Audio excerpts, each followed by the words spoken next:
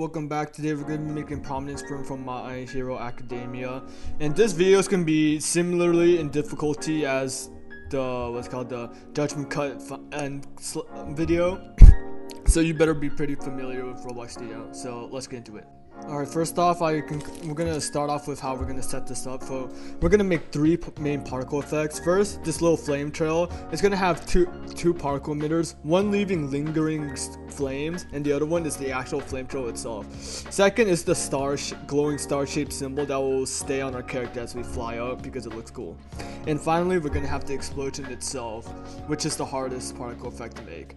For this last part, I'm going to be making this little contraption made of three invisible parts where I attach this core piece to the humanoid root part of our character, and then we have our hitbox, which is going to move along with our character, and the camera block, which I'll attach the camera to. This makes it easy to do all of this, really easy. It's just convenient. It's just a convenient trick to use. Alright, so first you want to put in a particle emitter inside this part. Not duplicate it since we're going to be making the lingering flames along with the flame trail in the same part.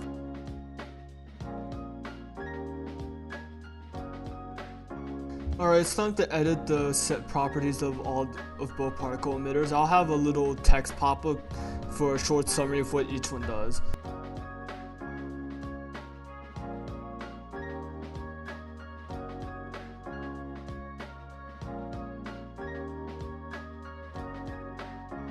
If you click this blue button, this pop-up should appear, and if you click on random parts of the graph, it changes the size as the particle goes through its lifetime, which is how I make this shrink effect.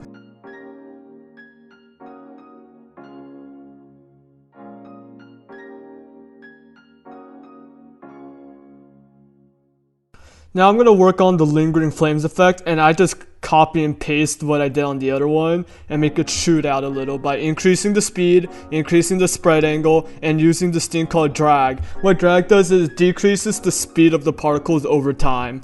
So it eventually goes to a standstill. And it's not affected by lifetime either, which is perfect. So I can give it a long lifetime and it lingers for a long time. Of course, we need to test how it looks like, and it looks great so far, so we're going to move on to the next part. The star is very easy. Just search up DIN star particle and you'll get the perfect decal for this. You just put that in, make it really big, and make it glow, and you're basically done.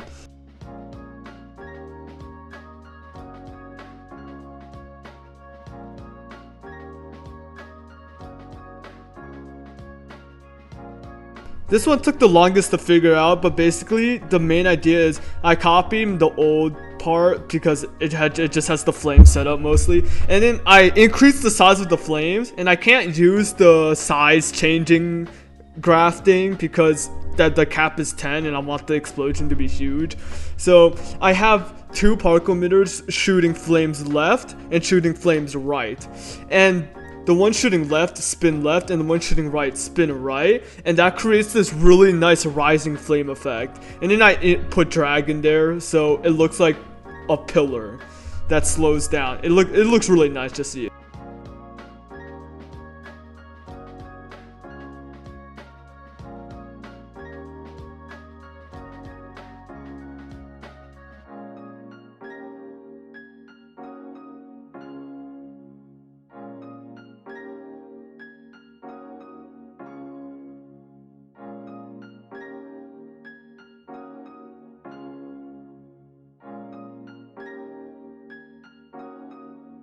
Alright, we're going to be making the attach part now, and first I put a star on the core because I want to know which way it's facing forward, since we don't want our attach to be facing the wrong way when we attach our humanoid.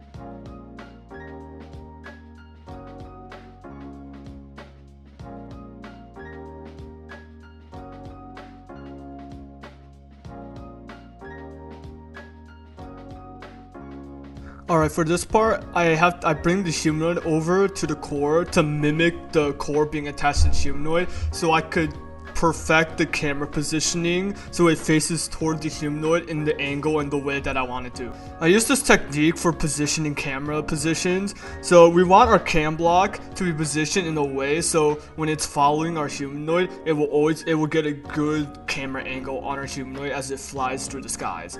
So I move my camera into a spot where I want the humanoid's head to be seen and a little bit of the torso from an upward angle. Then I go to the workspace, I get the camera C-frame information, the property and orientation, because the camera in workspace is actually tracking the camera in studio. So I copy the information and put it into my camera block, and that's how I pull off this technique. It's really useful.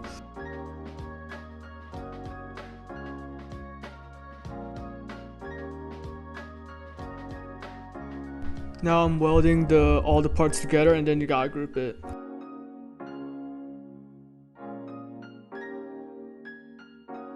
Now I'm naming all the particle effects and stuff that we created for our setup and organizing them in a folder inside of server storage for script use.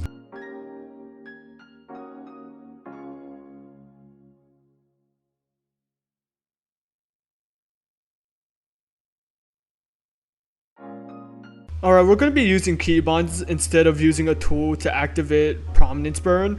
So this is the most basic form of keybinds, where I get keybind C and then fire server to activate a server script. Because you can't use keybind scripts on server scripts because we want to get the keybinds of one particular flavor, which is what local scripts are used for.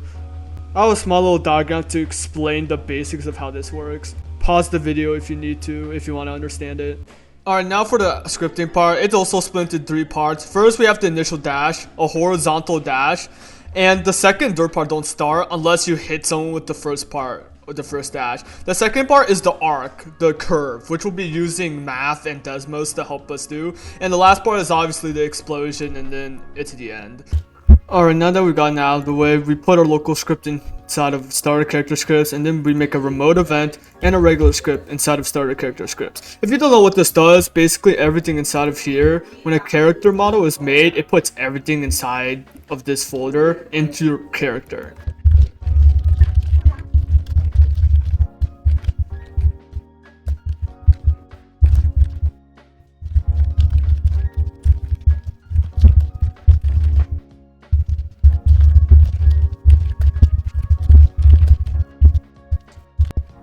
Or just in case you don't know what event on server event does, I put in the dictionary earlier, so you should go there if you don't know what it is. Now we got all of our variables set up, so now we got attach to our character. So get attach.move to car.humanoid root. Oh yeah, I forgot to fully fix attach. We need to put the core as the little. We need to put primary part to core, which is already done. Turn off can collide on all of these, which is already done. Okay, just double checking. Attach move to .humanoid attach.core.weld constraint .part 1 equal tar humanoid root part. Cause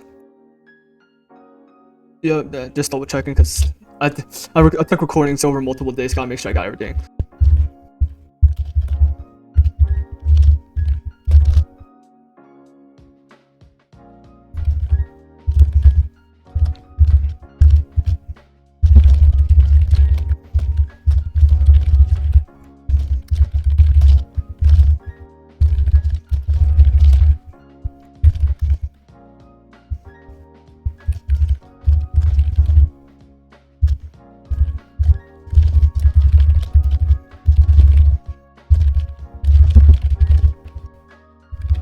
Now we got to test to make sure everything's functioning properly.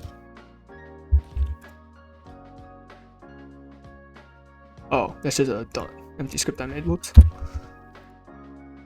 Now press C. Error. Unable to cast instance to vector 3. So now we fix that. Actually, I should put pivot too because we want it to face the right way. Oops. .c. Right, there we go. Press C. Anchor the ding because I forgot to unanchor it. Now let's see if attach is properly attached to us.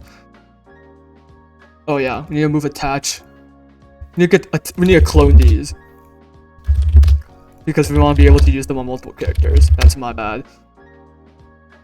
So now that's done. Go to attach pivot C frame. Blah blah blah. Human root.part.anchor equal false. Put a delay here. It says just empty. And when attach is attached, we need to move it out of. When you make a clone, it's not parented to anything, so technically it doesn't exist. Now we got that done. Oh, why did it spawn me R6? Or not R15. Alright, we got that done, and we have our dash. Alright, I'm back. I found out what the problem was. When you weld something, they can't be parented to the workspace. They have to be parented to whatever you're trying to weld, or it has to be siblings. It has to be under the same parent. So you have to put the attached parent to the player character. And also one mistake, I forgot to set the primary part of attach to the core. The one you saw earlier when I was double checking, that was the wrong one. So I just I put everything inside of here from my previous videos and test stuff. This is the one I checked. This is the one that we're using. My bad. So we got that taken care of. So if we test now, the attach is working almost perfectly. We need to flip the camera position. Alright, that was a good example of why orientation matters so much. This thing is actually flipped upside down. You want to set it all the way to 0, 0, 0. It was 0, 0, 90 before. So I flipped the core because we're moving the core since the primary part of a model. If you move a model, it moves around the primary part or relative to the primary part. So now that I fixed that, the cam ding should be in proper place, and that's done. Then we just gotta do some like easy tweaks, like make it faster. So that's too many. This is too many dashes. Let's just reduce it to 25 and make it move 2 studs forward instead of 1 stud forward. There we go. That's a lot faster. And now I think it's a good time to explain what the script does. So we get our attach, we clone everything, we parent attach to our player character, we move the attached piece to our player character's humanoid root part. We put the weld to our humanoid's root part, so it moves along with our humanoid root part, which is our character. We enable the weld because sometimes it turns off for some reason. Actually, yeah, to keep that. We anchor the humanoid root part so the character can't turn while dashing. We have a simple loop, 1 to 25. Wait statement, no parameters, it's like nanoseconds or something. Or no, it's every frame, so that's 1/30th of a second. And char move to humanoid root position. We take the root position, and then we add on the look vector. I'll bring up the diagram actually again for you guys to see. Alright, and that's about it. When the dash ends, anchor fall. Alright, now I'm gonna show you how I made this little dash curve up and then explode. This is definitely the most complicated part. This is the reason why it's level 4, not level 3. Alright, while remaking this part, I actually found a really simple way to do it. So first, indent 3 times. Oh yeah, indent it from here, because we don't want our humanoid root part to be unanchored until the end of the move. This will help us organize our code. So we're going to do a loop to 50. No, actually no, 100 times. Because we want the curve to be pretty big. We want it to be the main part of our move, and we want it to go pretty far. So first, let's just copy and paste this code from up here. So with this code, since I goes 100 times, and every I moves our character forward once, 2 times, or 2 studs ahead, it would just do the same thing, right? All we have to do is do this, local y equal I. That means, or I times I. That means every time y or I is increased, y will be increased by twice I. And then we add this statement here, plus vector 3, 0, 0, 0, and put y right here. What this will do is, it will do the same thing as before, but it will increase the y component of our position, which will make us go up. And let's test this real quick to see how this works. Error. There's an error. I forgot to put .u. Whoops. So we test this. It sends us way too high. There's an easy fix. All we have to do is decrease the size of I, and I'm actually gonna divide it by like, let's say 30, because that was way too high. I just know it was way too high. That multiplier was way too high. Okay, see, now it's a little more controlled. Now, that's way too much. Let's divide it by only 15. Let's double the height of that. So now, our curve is actually pretty realistic. And you could just adjust this by changing... If you want to make the curve go higher, just multiply I, make it lower, divide. So I'll just divide by 15. Actually, I'll divide by 14. I want to go slightly higher. And that's how you make the curve. Alright, now we need to touch up on a move. So first we're gonna add a CD. It's gonna start off at false. So if CD equal false, then it will play our move. Move this all in here. Alright, there we go. And so once the move is active, CD will be true. So you can't just spam it again. And let's wait 3 seconds for testing purposes, and then the CD is back to false. Alright, second thing, we need to make a hitbox, which is a major function. So let's make our hitbox from attach.hitbox. And might as well get the cam block too. Actually, no, the server script doesn't use the cam block. We have our hitbox. So while this is active, that means to make a hitbox check, we're going to use workspace.get parts and parts hitbox. This will return a table of parts that are inside of our hitbox at that moment. So every time we move forward, every frame, it will check if something's inside the hitbox. Because wait without a parameter checks every frame. Or, I don't think it checks every frame. I think it's a lot slower, but it's good enough. So next, we're gonna make a for loop for I part in pairs parts. And what this is gonna do is check if any of the part.parent or if any of these parts inside of here is a humanoid or has a sibling of a humanoid. This basically checks if the part is a humanoid, and if so, we're gonna make an extra parameter here, local hit equal false. This is checking if it actually hit a humanoid, and it will and if it did hit a humanoid, then hit will equal true.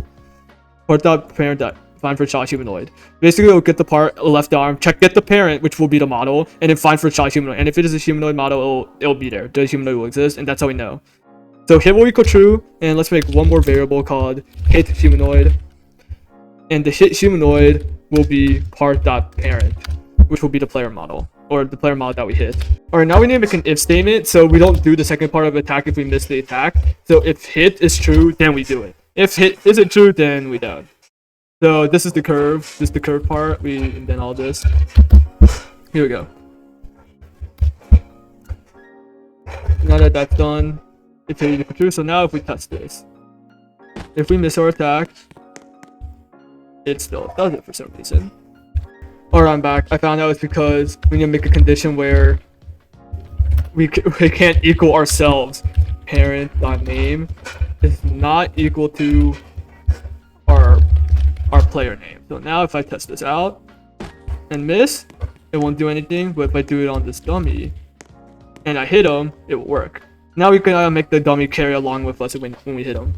Alright, to make the humanoid follow you, first we're gonna put a boolean that makes sure that if hit is true, or if hit is true, then it won't reset the hit humanoid, so it doesn't switch targets. Now we get hit humanoid. I actually copy and paste the script because I was having trouble doing it. So what this will do is, if hit has been true, it will move the hit humanoid in front of the character. And the reason it's gonna be in front of the character is because this happens first, then this happens. And then we just copy and paste the same script over here. Oh wait, I put in the wrong spot. Right here. Now we test. Miss. And once put off, hit. And it, well, there's some fine tuning to be done, but yeah. Why is the curve so high all of a sudden? I'm gonna fix that real quick. Now we're gonna finish up the rest of this regular script and add in our special effects.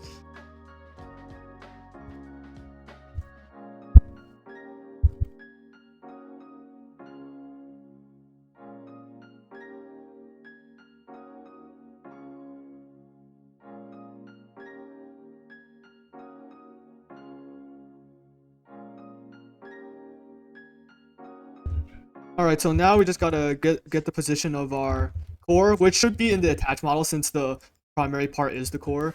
Then we select all of our effects and paste in the position that we want them to be in. Right here, put them all inside of attach, move this back into our folder. I have a tendency of duplicating things in case I screw up, so I still at least have the original. And now we can go get ready for a script.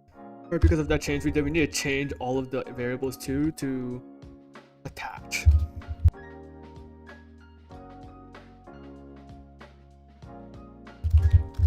There we go. That should make it a lot easier to do. Now it's time to apply the effects, and I renamed the particle emitters off camera because we have to select all the particle emitters we made separately, and we can't do that if they all have the same name. So we get our the first one we activate is flame trail, so we get particle emitter and enable it to flame trail dot particle emitter.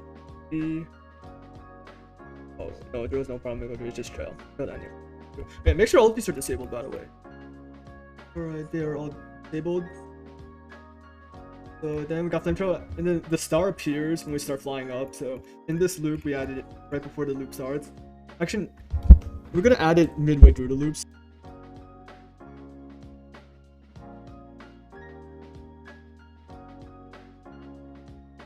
And finally, we can't forget about the explosion. I put wait 3 in here. There's only a delay if the explosion lands, and the explosion will last 3 seconds.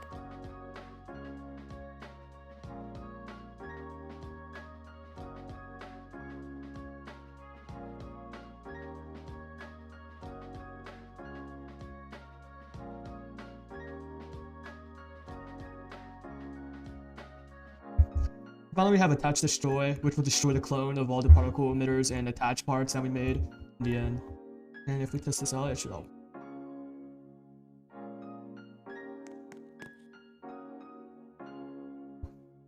Curve is still huge, and just the explosion. Alright, now it's time to set up for the client side effects, and I'm gonna put a screenshot on which one I'm using. So for the exposure compensation, it's under lighting. It's right here. We're gonna be using fog. Actually, no, we're not. Then we're going to be using color correction. Here are the color correction state stuff, and bloom. And here are the bloom stats that I'm using. Alright, we're going to be making the GUI. First, make a screen GUI and make a frame. For the x-axis, put this to 0. Put this to negative 0.2. Then for the size, for the x-axis, put this to 1. And then put this one to 0.4. And the reason I put a little bit out of bounds is because you don't see it, but 0 for the Y position is not, you can still see it because of I don't know how to explain it, but you can still see it. It doesn't cover the full top of the screen. Then duplicate this, press Control C, and then select your screen GUI, and then press Control Shift V, and it should duplicate. Hold this down, decrease the size to 2, and then put the position to 8, and then set both of these to black. And remove that, keep that 0. Now, final step, just name it, and then we're done. And then we're done with the GUI. You want to add a remote event, this thing, into your replicated storage. I don't really care where you put it, make sure to name it. Now finally, select everything that you're going to use and put this all inside of your local script that you're going to be using. Alright, first I'm going to set up the server script. I gotta get the remote event and then fire it inside the once if hit is true.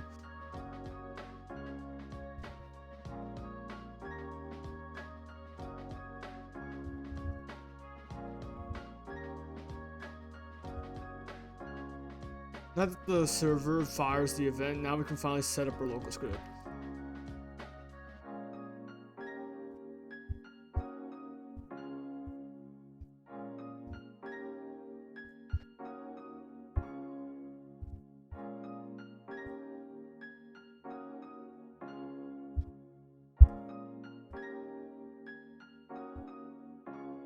For now, I'm gonna make a for loop that's gonna run parallel with the other for loop inside the server script, because we want the events to occur when we want them, as the actual effect is going on. Alright, we're gonna be making the cutscene animation for the GUI first. I'm gonna write the code and then explain it after.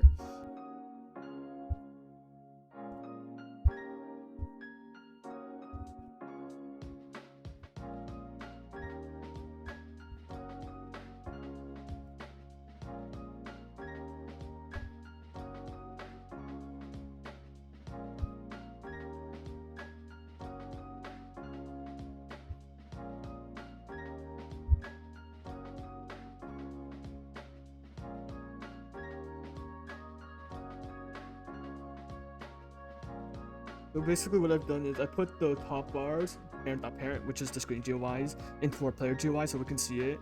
And then after 25 loops have been made, which I forgot to put the wait statement, it should make the top and bottom bars go up and down, like they fade out of the way. So if I put in the play method in, it should finally work. There you go. It's a little fast. And you can adjust that by increasing the easing timer right here.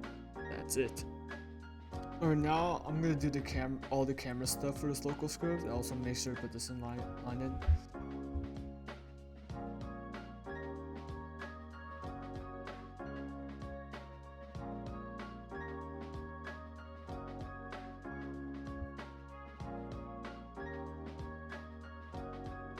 This one's a lot simpler. Just set the camera type to scriptable, and before the bars go away, have it track onto the cam position block that we made in our attach.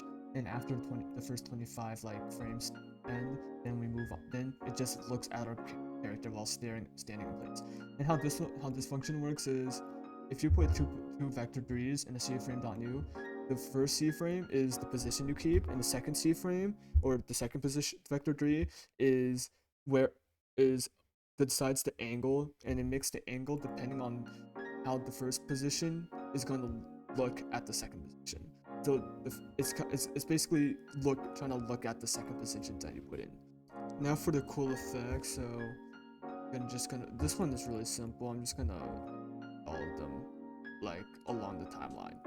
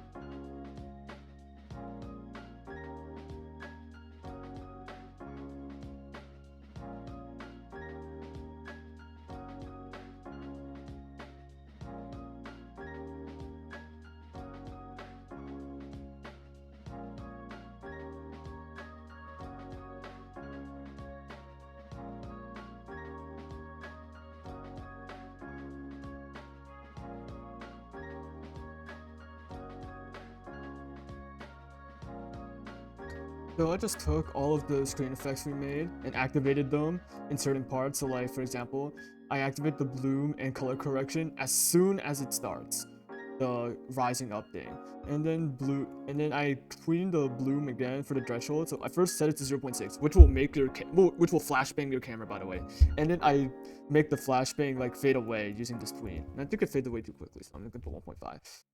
And the next portion, it looks ugly right now, but the next portion is just refining everything we've done, including the effects. Alright, first thing I'm going to do to touch up is, I have our flame pillar out back in workspace, and I want you to click the triple dots on swatch and just start making a zigzag pattern, however you like. And keep doing this until the flame pillar looks a little more like warbly, if you know what I mean. Also, I'm going to decrease the drag a little. And next part, add a new particle emitter. This particle emitter will have fog. Bring in fog because I want to exemplify the explosion. And since we're using an extreme amount of bloom, even the slightest glow will, what'd you call it? The slightest glow will glow brightly. So we get this fog decal, put in this particle emitter. Making sure so you can see. Increase the speed so it shoots out in every direction. And put this 180, shoot in every direction. Okay, that's too much speed. 80 should be good. Then set it all to orange and increase the glow. And now increase the rate by 100. Oh, that's too much. 50. See the secret behind making a good effect is all in the testing. And then put in some drag. And because we put in some drag, I'm actually gonna set the speed back to without to high amount. Alright, now we gotta move it back into our task, so make sure you get the primary part position, which being in the models property, and move the flame pillar back into attach, put this back in here. Oh, one thing. Put this back in your folder. Now and then we go into our script. I've added this line, I made an error. Put camera that equal custom to reset your camera back to normal. And back here. We need to add in the line that activates the third explosion. So now if we test this, it goes up, and explosion. And now it looks like an actual explosion. Maybe I overkilled it, but you can easily change that from testing. That's why we test stuff. Now another thing that's been nagging me is the star projectile that we made is not big enough. So it's at 420 right now. Let's triple the size and see what happens. There we go. Now it's huge. Alright, and a few more changes. The color correction kind of looks off before the explosion itself, so I'm gonna move that and put it here, and right when the explosion occurs. Then it's in place of that, I'm gonna actually change the exposure composition to 0.6 and actually use the fog end feature to let me see, lighting property. Let's change this to orange, a little dark orange, to 125, and lightning dot fog star to 55. And make sure to reset this at the end of the move. We don't want things to be permanently changed by our moves, similar to how you want to prevent memory leaks. So I just change it back to 955 and 9125 after. And finally, I forgot to add the camera shake effect, so I'm gonna do that real quickly.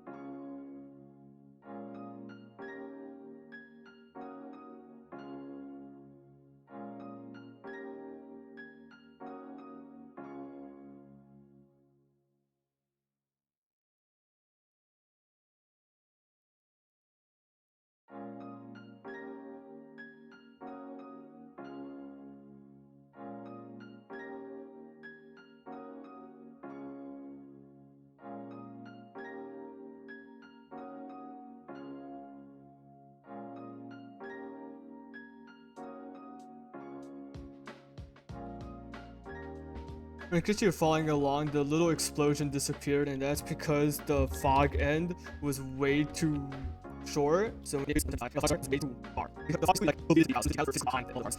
So you see how the star faded away after I changed the numbers? That's because the fog was way too. The fog deleted the decals. The fogs would delete the decal. So now that I increased the fog really far away, we should finally see the explosion. There we go. You can actually use this to your advantage if you want. Personally, I'm just gonna keep it like this. And yeah, also just realized this loop goes on for way too long. It started going past the limit, it was breaking my camera, so just shorten that. Now all you have to do is, just edit whatever you want. There's the creative freedom of these tutorials that you can change, and if you were doing it just to learn the technique, sure, but you need to learn the fundamentals if you really want to know. So I can also I'll just quickly show you how to add text for people who want to know. So I just go back here, I put this black bars back down, and add a text frame. Or white, this flow here, and then put that higher, higher. They look bigger, 54. Try to drag the box. I can normally this. Actually, like 0.8, 0.4, 0.8. This scale, hit the font. Oh, it actually looks nice. See, and now we just gotta go back to our local script and make the text disappear after a little while, or change it. So once it hits 25, or let's add another checkpoint, when I equals 15, then it changes the text from lightning or hotbar dot parent dot text box dot text equal I must soar higher. And then we copy and paste this, because after this loop ends, or once 25 is saved, when the black bars disappear, we're just gonna make text box empty. So now if I test this here, oh, got to move it back. Move this back, right in here. Now if I test this, text is broken. Oh boy. Text like that. Oh, it's because I put too many parents. It should be one parent. Forgot it's a sibling, not like an aunt or uncle. See, now it works. I forgot to change the other one. There we go. You can make it longer, just adjust. This is a really unrefined version. As you can see, it's a lot faster, a lot sloppier than the other one. But that's the general idea behind Prominence Burn. So I hope you enjoy, hope you found this helpful. And sorry for the long upload. I just got lazy, school started, I had school stuff to do. Alright, I'm gonna go now, bye bye.